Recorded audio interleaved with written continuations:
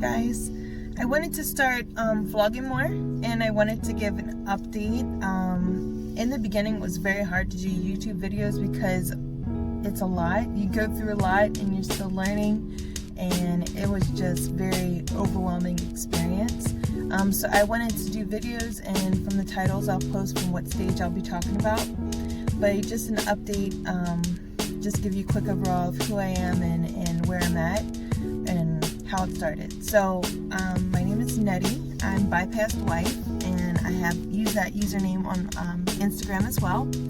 I started, my heaviest weight was 324 pounds in the summer of 2019, and I did drop to 313.8 pounds. The day of my surgery was October 17, 2019. I got the gastric bypass, and yeah, so we're going to talk about that journey. So officially, I'm 7.5 weeks currently right now, and I am 100 pounds down.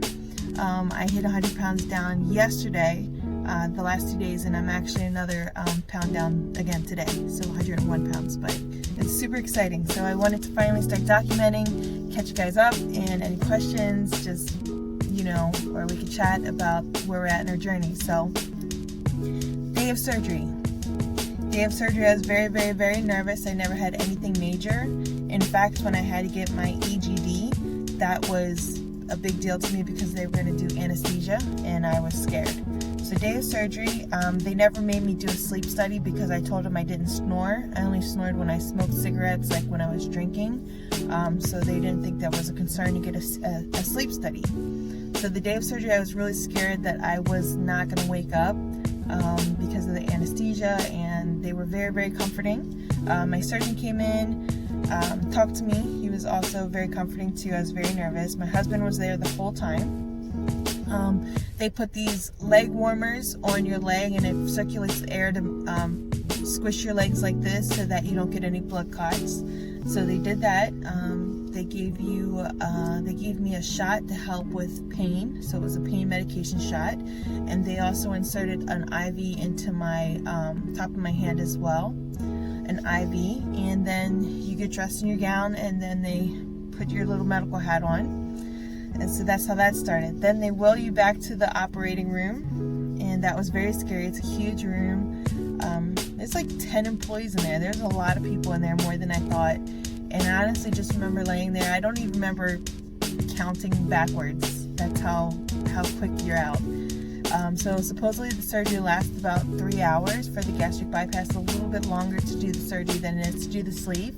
So about 3 to 4 hours I was in the surgery, and then they take you back to the actual I don't know what it's called, but it's basically where you sleep until you wake up from your anesthesia.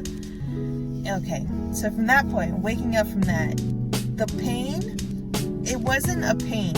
It's funny, you have this major procedure on your stomach and your insides, and you know that it's been shifted around and it was cut up and connected somewhere else now with the bypass, and the pain is not what I thought it would be. I honestly thought the pain was going to be like sore from insides, would just be so sore, but it just felt like, because they have you sit up a little bit, and then like I had to cough, so my stomach was sore at that point.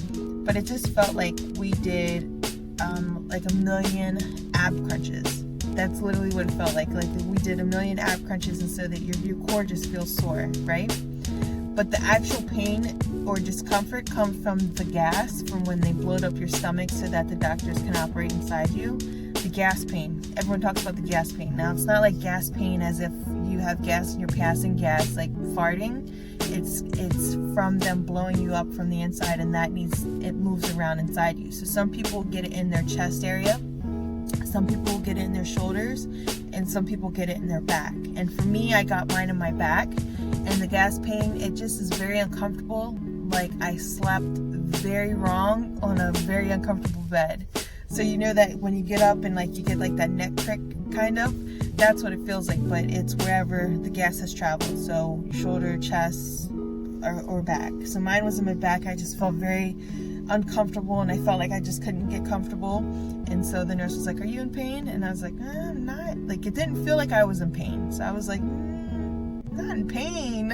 And she was like, "Okay." And she gave me more pain medicine anyways, which I think they only gave, it's like Tylenol and gabapentin, and the gabapentin is a nerve pain, so kind of like helping with the inside. So they finally wheeled me back to my room. I had my own private room, and my husband had his own bed in the room as well. And you don't get any rest. I didn't want to be on my phone. All I wanted to do was sleep. I was very, very tired. They want you to drink a 15 milliliter cup. You know, the little medicine cup that comes with like the little medicine bottles. Those little 15 milliliter cups. And we're supposed to be drinking water every 15 minutes. Sip, sip. You know, and you're supposed to drink the whole 15 milliliters. So it's like a little baby shot, and then 15 minutes, a little baby shot, 15 minutes. And the hospital actually did bring up food for me. I was there for about 26 to 28 hours. So I didn't get wheeled back to my room until about 4 p.m. So sleeping, I slept for about a good 4 hours, and then up at 8 p.m. They wake you up every 2 hours anyways. They come in and they're giving you your medicine every 2 hours. They're coming in and giving you medicine. They're messing with your IV thing, giving you medicine that way, you know, actually taking pills and swallowing. I had no issues with nausea. Also, that you get your throat is kind of dry and it's sore because of the tube that they keep in for breathing, the tube that they pull out, that's sore. And then I kind of felt like I had a little phlegm from that. So they encourage you to cough and get that up. So I just hold a pillow really, really tight to your stomach. And when you cough, it just felt like you, like I said, like you did a bunch of ab workouts. So your stomach is very, very sore. So, yeah, so eventually I'm a night out anyway. So around like midnight, I felt more awake again, and actually up, and I didn't want to be on my phone. That was like still like, because my back was uncomfortable, and I had my bed sitting almost like upright, you know, and pillows propped up. I was just really uncomfortable. Not in pain, but uncomfortable. So my husband would help me out of bed. I had a catheter in as well. So like if I had to pee, I would just like pee. And I was like, you know, just like trying to like pee, and it's like going through a tube. It just feels weird. It didn't hurt at all either. And there's also a tube with a pouch that collects any fluids that's inside your belly from a hole, and it just is hanging from your belly too. So I'd get up and I'd have to hang up my little catheter bag and make sure my tube with fluids wasn't like pulling, and then I would walk up and down the corridors in the hospital, and I would do a couple laps, and it did make me feel better. The back pain was less, but then I would just get tired, and I was like, all right, I just want to sit down and go to bed. So I go to bed, then they wake you up another 2 hours anyway. So I often kept getting up because I wanted to leave, and that is supposed to speed up your recovery.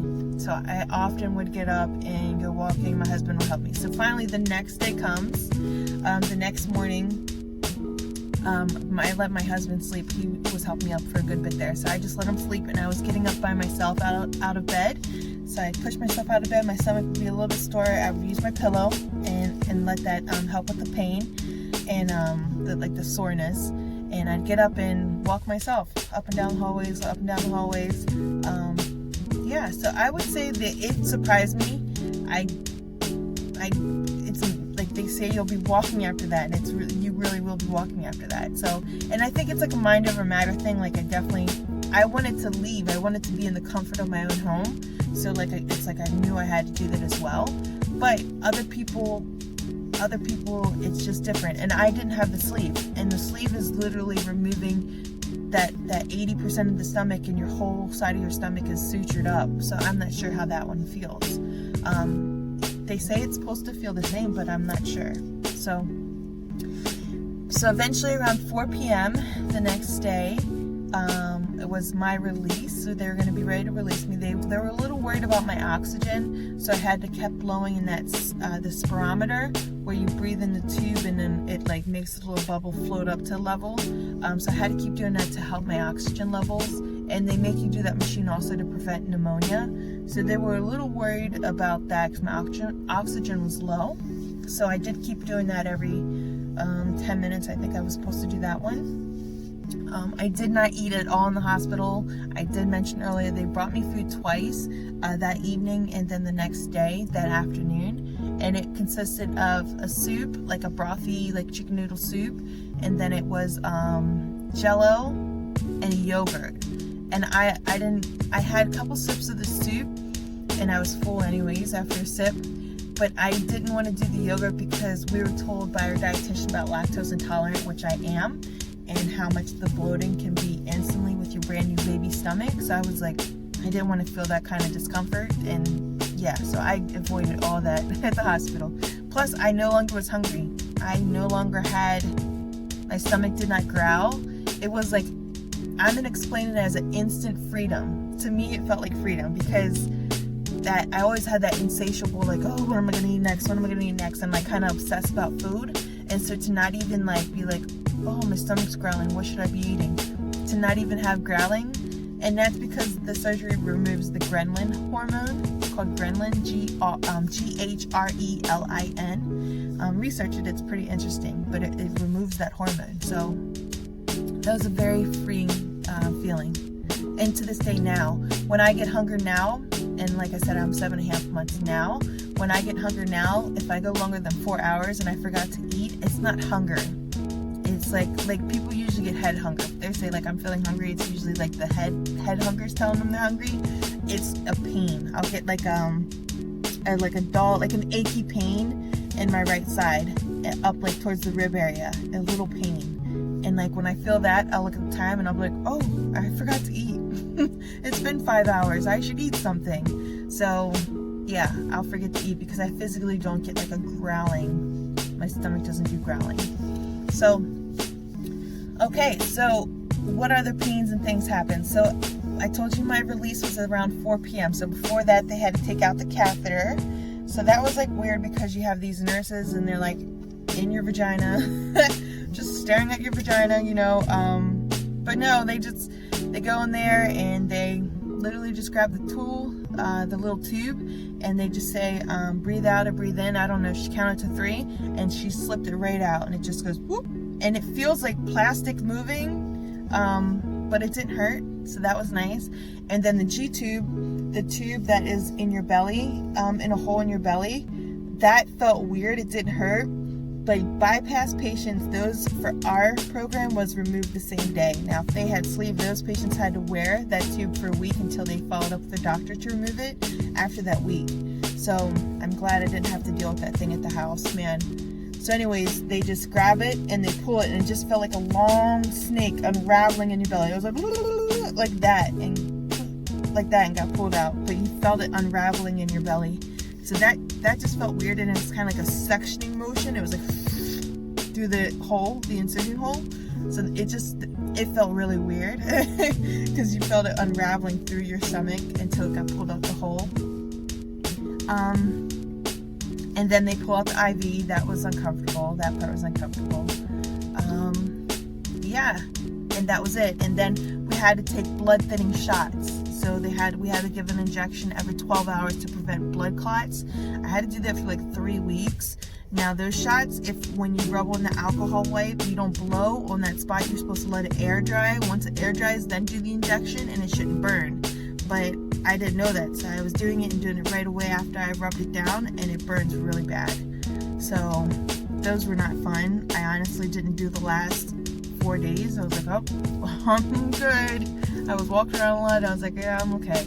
So that is day of surgery, what it's like to have surgery, pain level of surgery. I think I answered all the questions, but if I didn't, please comment below and let me know. Ask me on Instagram. I answer all of my DMs. So if you want to, if that's easier for you, you can DM me. I have no problems answering any of your questions or anything. So that's again bypassedwife, the same thing as my YouTube. So alright guys, that's the update for the day of surgery and what it was like and pain level.